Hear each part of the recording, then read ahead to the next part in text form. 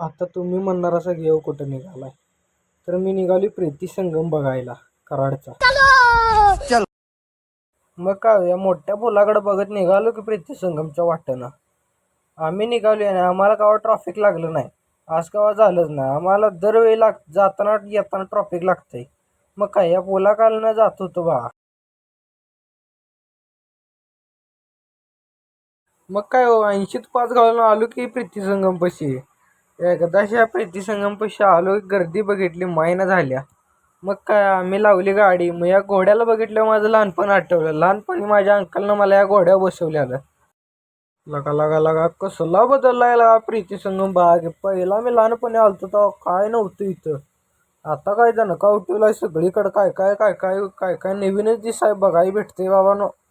मग काय कॅमेरामॅनला म्हटलं मी थांबतो पाण्यात माझा शूट घे. कॅमेरामॅननं मग काय कसला शूट घेतलाय बा तुम्हीच बघा आता हा नुसता.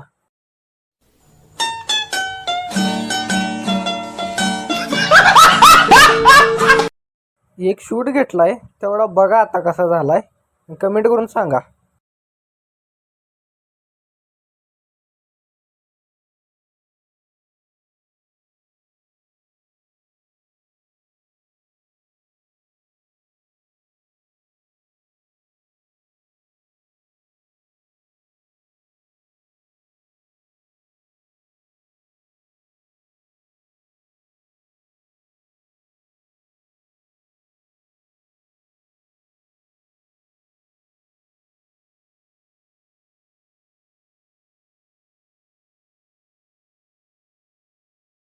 मग भावांनो कसा वाटला शूट कमेंट करून सांगा.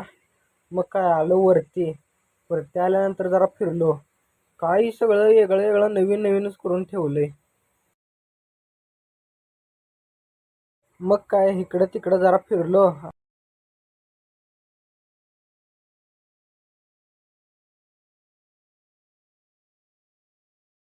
फिरून फिरून पाय दुखत होतं. म्हटलं चला घरला जाऊया.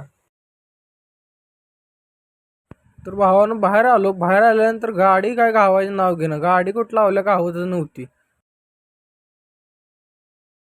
मग काय हो गाडी गावली निघालो की घरला.